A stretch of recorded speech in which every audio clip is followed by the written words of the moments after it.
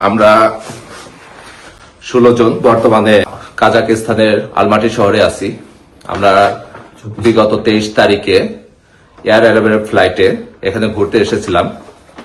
আমরা সকলে এখানে বিভিন্ন ধরনের ব্যবসায়ী এসেছি একটা কোম্পানির তরফ থেকে ইনস্টিটিউট ট্যুরে, এবং এসে আমাদের ফ্লাইট ছিল গতকাল বিকাল 3:10 এয়ার অ্যারাবিয়াতে শারজাহ হয়ে বাংলাদেশে যাওয়ার। কিন্তু যুদ্ধ পরিস্থিতির কারণে, ইসরায়েল, আমেরিকা ও ইরানের যুদ্ধের কারণে আমাদের ফ্লাইটটি বর্তমানে ক্যান্সেল হয়ে গেছে। ক্যান্সেল হওয়ার পরে গতকাল সন্ধ্যার দিকে এয়ারলাইন্সের তরফ থেকে আমাদেরকে একটি হোটেলে অ্যাকোমোডেশনের ব্যবস্থা করা হয়েছে, এবং এখানে আমরা আপাতত অবস্থান করছি। কিন্তু বর্তমানে আমরা কিভাবে দেশে ফিরবো বা দেশে ব্যাক করে যাব সেই ব্যাপারে আমরা পুরো অনিশ্চয়তার অবস্থায় আছি।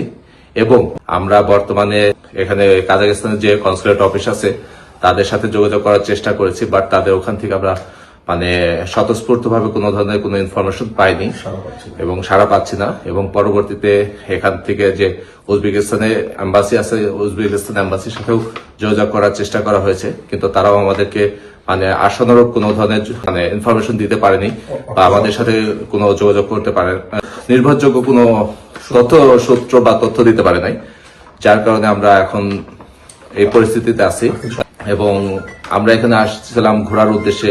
এখানের ঘুরে টুরে সকলেই বিভিন্ন ধরনের শপিং টপিং বা আদার্স প্লেসে ঘুরে সবাই এখন সবার কাছে এখন বর্তমানে টাকা শূন্য অবস্থায় আছি, যে জানি না এখানে কয়দিন বা কিভাবে অবস্থান করতে হবে বা কতদিন থাকবো। বা এয়ারলাইন্স থেকেও গতকালকে আমাদেরকে এখানে দিয়ে যাওয়ার পরে এয়ারলাইন্সের তরফ থেকে কেউ আমাদের সাথে এখন পর্যন্ত কোনো যোগাযোগ করেনি।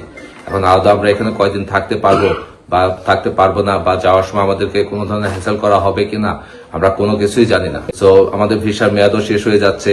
এখন এই দেশের গভর্নমেন্ট আমাদের ভিসা এক্সটেন্ড করবে কিনা বা যদি কোনো ধরনের হ্যাসেল হয়, এই মুহূর্তে আমরা কারোর সাথে কোনো ধরনের যোগাযোগ করতে পারছি না।